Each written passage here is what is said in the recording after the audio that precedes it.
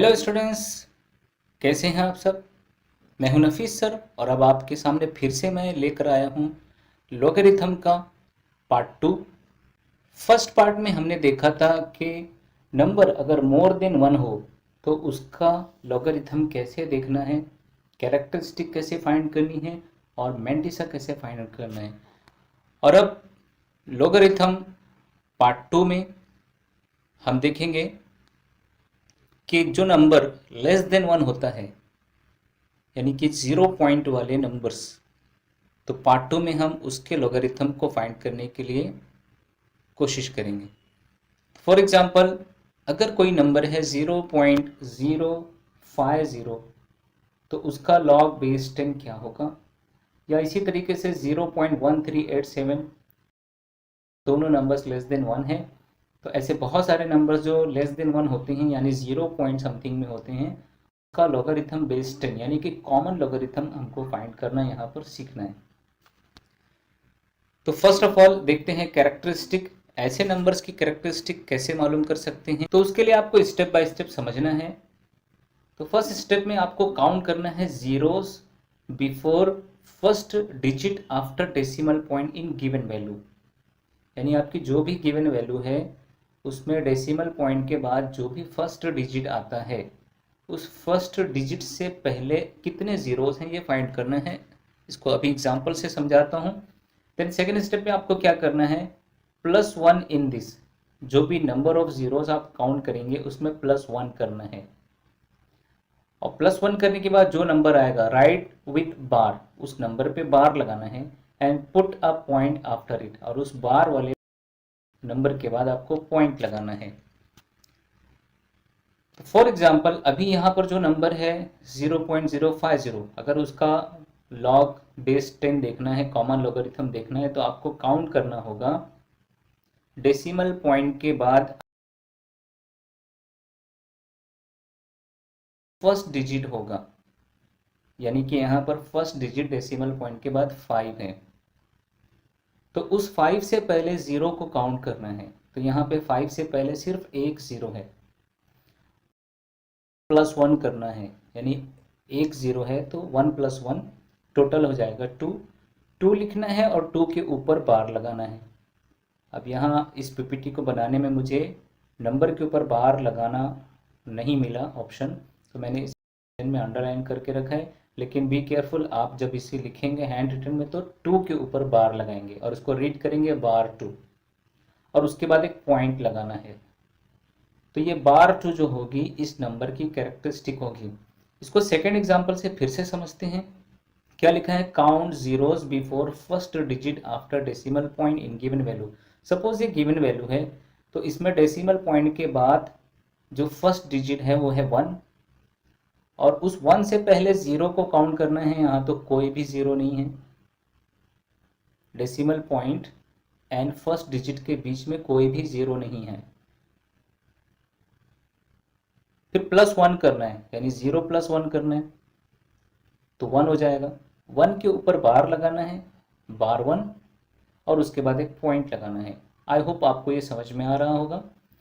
इसको रिपीट करते हैं। यहाँ पे डेसिमल पॉइंट के बाद जो फर्स्ट डिजिट आया था नॉन जीरो डिजिट वो है 5। तो फर्स्ट नॉन जीरो डिजिट 5 है और डेसिमल पॉइंट के बीच में सिर्फ एक 0 है, तो 1 + 1 यानी 1 + 1 2 होगा, और बार लगा के ये कैरेक्टरिस्टिक होगी बार 2, उसके बाद एक पॉइंट लगाना है। इसी तरीके से अगर किसी एग्जाम्पल में 0.00 और फिर नॉन जीरो डिजिट होता, तो non zero digit and decimal point के बीच में आपको 2 0 मिलते, तो 2 + 1 करते तो 3 मिलता, और फिर बार 3 लिखते। उसकी कैरेक्टरिस्टिक आगे समझते हैं कि मैंटिसा कैसे देखना है। तो एज यूजुअल जैसा मैंटिसा हमने लोगारिथम पार्ट 1 में देखा था, similar to that select 4 digits from left in given value. उन 4 डिजिट में से स्टार्टिंग के 2 डिजिट लेना है, 2 डिजिट की रो में जाना है, थर्ड के कॉलम में जाना है, और फोर्थ डिजिट के मीन डिफरेंस में जाना है, और उनको ऐड करके जो भी न्यू 4 डिजिट्स मिलेंगे उन 4 डिजिट्स को इन पॉइंट्स के बाद लिखना है। 0.050, तो लेफ्ट से आपको 4 डिजिट सेलेक्ट करना है। तो लेफ्ट से आप 0.0 इसको काउंट नहीं करेंगे, जो पहला नॉन ज़ीरो डिजिट मिलता है जैसे कि 5, फर्स्ट डिजिट लेंगे, उसके बाद सेकेंड डिजिट 0 होगा, थर्ड डिजिट 0 होगा और फोर्थ डिजिट भी 0 होगा। तो आपको स्टार्टिंग के 2 डिजिट सेलेक्ट करना है, तो ये होगा 5050 और थर्ड कॉलम यानी 0 के नीचे आप देखेंगे लॉगरिथम और फोर्थ डिजिट वो भी इस नंबर के लिए 0 है, तो मीन डिफरेंस उसका नहीं मिलेगा आपको। तो जो ये 4 डिजिट थर्ड कॉलम से मिलेंगे उसी को आप इस 2 के बाद लिखेंगे।